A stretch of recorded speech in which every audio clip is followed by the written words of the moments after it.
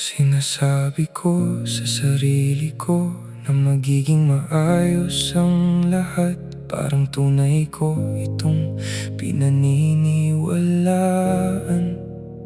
Pero kapag tahimik na ang paligid, bumabalik ang pagdududa. Tahimik itong naghihintay, na para bang alam nito kung saan ako hahanapin.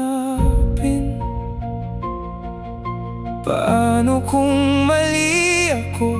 Paano kung hindi ito mangyari? Takot na hindi magtatagumpay, mas malaki kaysa dapat. Gumagawa ako ng mga trahedya mula sa mga bagay na hindi pa nangyayari.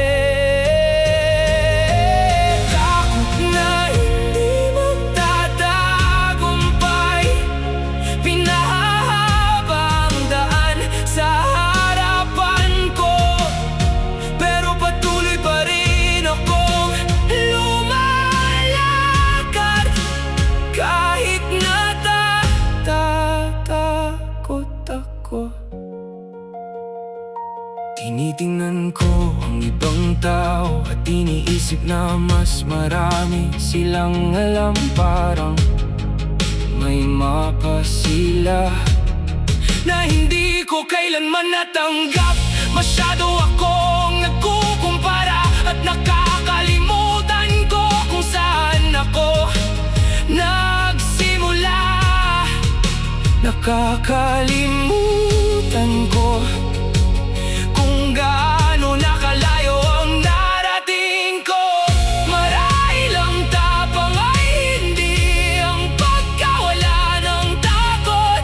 Marahil ito ay ang pagpapatuloy kahit natatakot. Takot na hindi magtatagumpay, maaaring manatili sa tabi ko, pero hindi na ito ang magdedesisyon kung saan ako pupunta. Takot na hindi magtatagumpay, maaaring manatiling bahagi ko, pero hindi nito isusulat ang katapusan ng kwento ko. May mga pangarap na kailangan lang ng kaunting pananatili.